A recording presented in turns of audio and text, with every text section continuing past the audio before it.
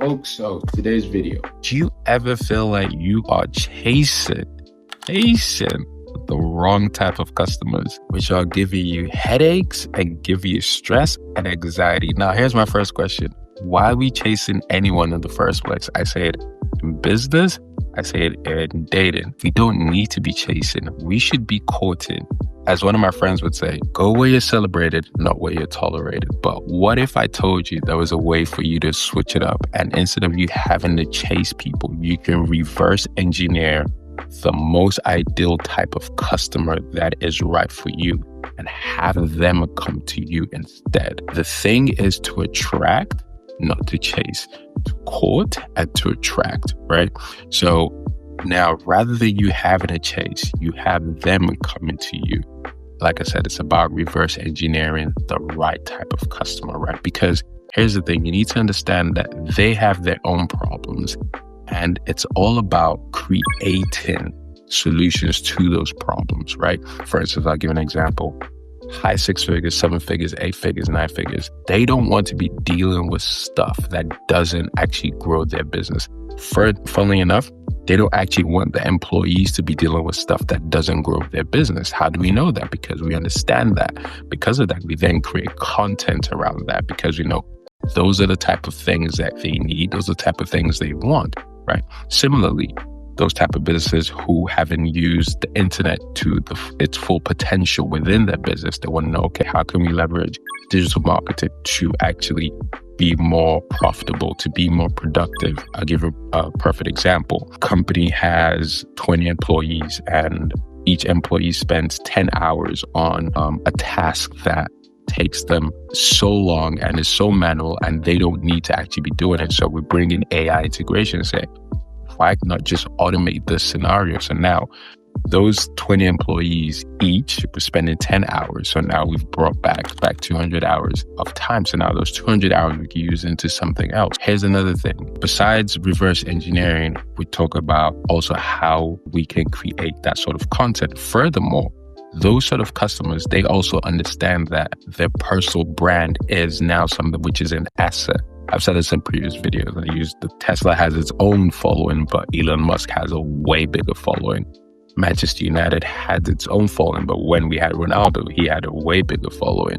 Actually, no, because Ronaldo back then, social media really wasn't what it was like it is now, but he still had a big following. But let's compare him at Al Nassr and Ronaldo now. Like he's like a Billy with his followers. Personal brand has become an asset, and we know that, okay, these high 6 figures, 7, 8, 9 figures, they want to know how they can use that as well as an asset. So we create that sort of content. So in this video, we're talking about how you attract. No, first of all, you identify who's the ideal customer, right?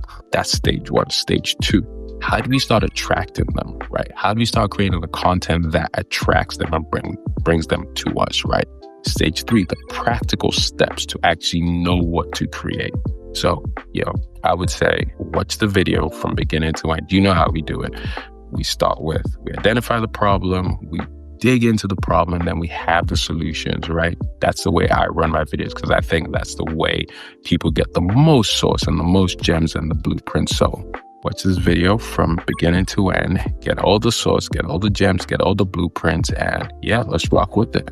Let's jump in the video right now.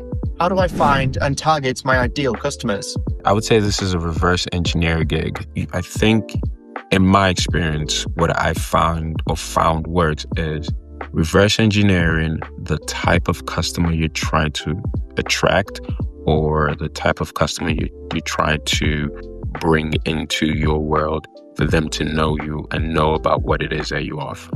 So what I say is this: if you're looking to get a 10 grand customer, you have to think, what is a 10 grand customer looking for, and what are the problems that they have that I can solve, right? So they need this and they need this. Your customer has to feel like you've been thinking about their problem way longer than they have. I learned that from my mentor.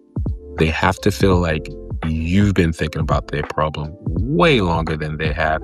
And because of that, you have all the solutions to problems they may not have even thought about or even knew that they were going to have along the way. And because of that, they will look to you more as an authority, more as a type of business they want to do business with, more as the better solution provider, because you seem to know more about their problem and know their problem even better than they do.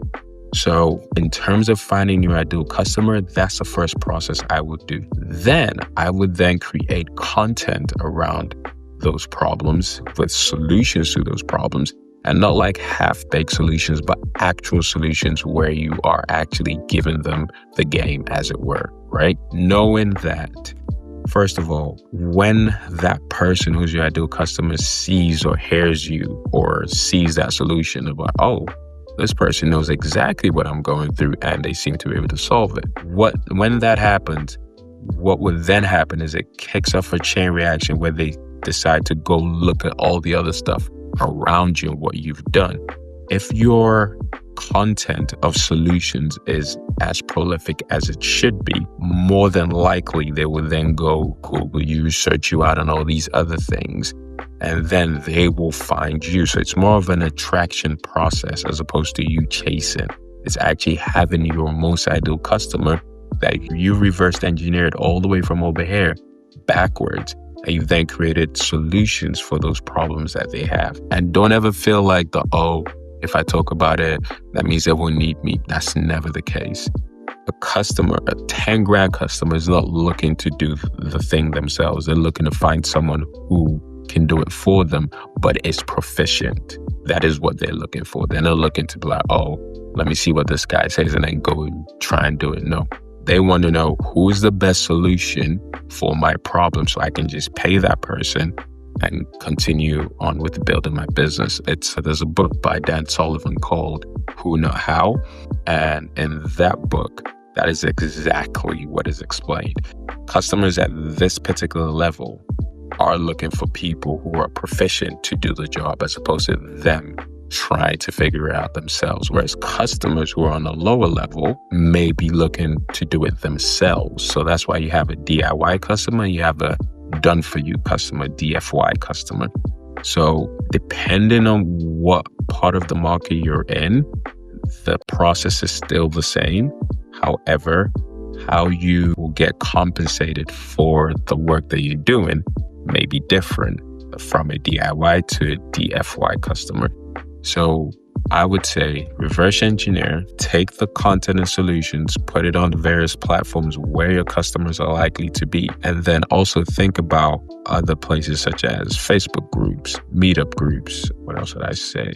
And these are the things I would say before even doing paid ads. The organic way, put it on blogs, get it on other podcasts that have audiences that you are targeting. I wouldn't say the hack, but the actual crux of it, or the actual focus is getting a cluster of all your customers in one place and being able to speak to them all at once. It's like getting up on stage and speaking to 200 people all at once. If you can do that in little chunks, you will be able to be in a position to have your most ideal customer come to you as opposed to you chasing them. Again, the system is to attract and not to chase. So that is how I would suggest going about finding your most ideal customer for the business or service or product you are trying to provide to them.